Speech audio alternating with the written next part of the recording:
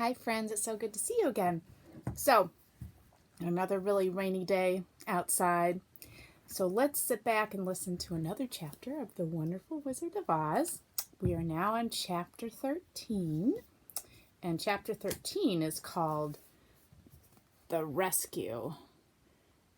And if you recall, Dorothy managed to melt the Wicked Witch of the West using what?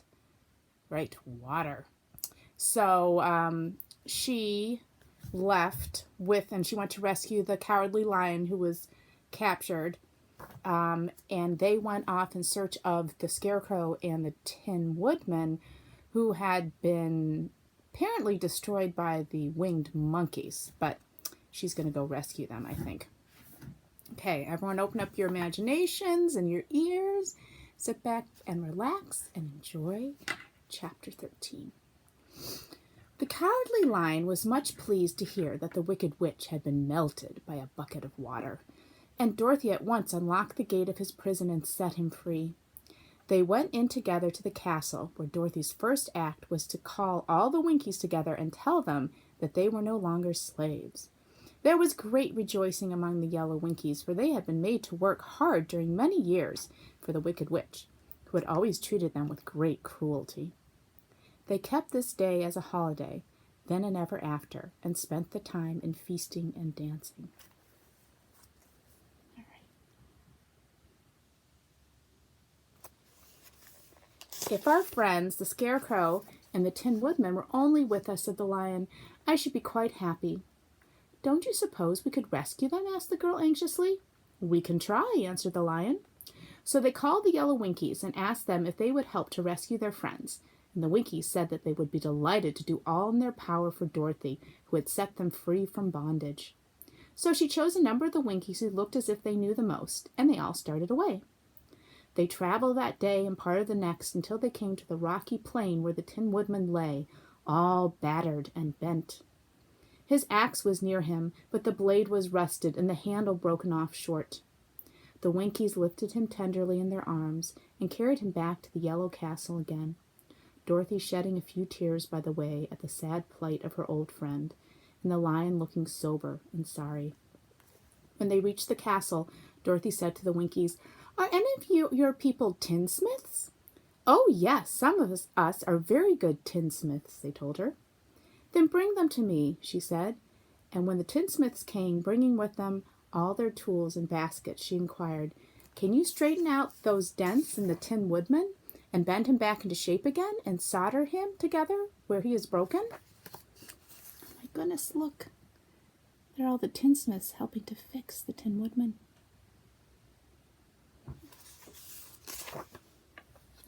The tinsmiths looked the woodman over carefully, and then answered that they thought they could mend him, so he would be as good as ever. So they set to work in one of the big yellow rooms of the castle, and worked for 3 days and 4 nights, hammering and twisting and bending and soldering and polishing and pounding at the legs and body and head of the Tin Woodman, until at last he was straightened out into his old form, and his joints worked as well as ever. To be sure, there were several patches on him, but the tinsmiths did a good job, and as the woodman was not a vain man, he did not mind the patches at all. When, at last, he walked into Dorothy's room and thanked her for rescuing him, he was so pleased that he wept tears of joy, and Dorothy had to wipe every tear carefully from his face with her apron, so his joints would not be rusted. At the same time, her own tears fell thick and fast at the joy of meeting her old friend again, and these tears did not need to be wiped away. As for the Lion, he wiped his eyes so often with the tip of his tail that it became quite wet, and he was obliged to go out into the courtyard and hold it in the sun till it dried. If we only had the Scarecrow with us again, said the Tin Woodman, when Dorothy had finished telling him everything that had happened, I should be quite happy. We must try to find him, said the girl.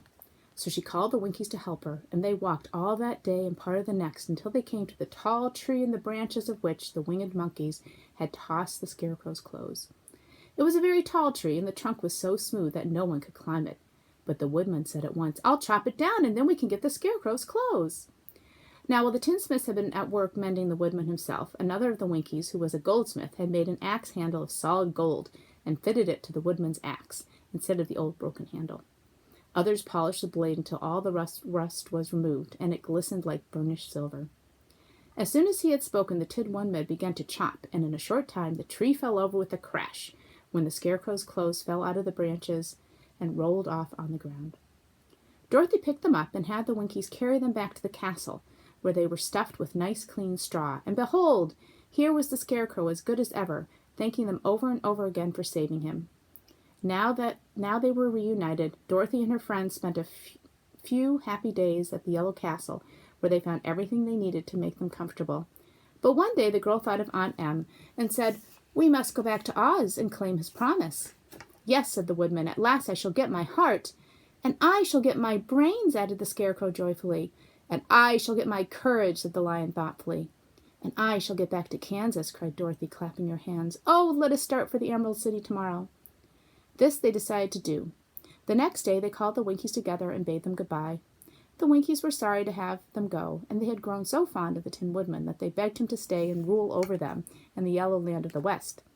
Finding they were determined to go, the Winkies gave Toto and the Lion each a golden collar, and to Dorothy they presented a beautiful bracelet studded with diamonds, and to the Scarecrow they gave a gold-headed walking stick to keep him from stumbling, and to the Tin Woodman they offered a silver oil can, inlaid with gold and set with precious jewels.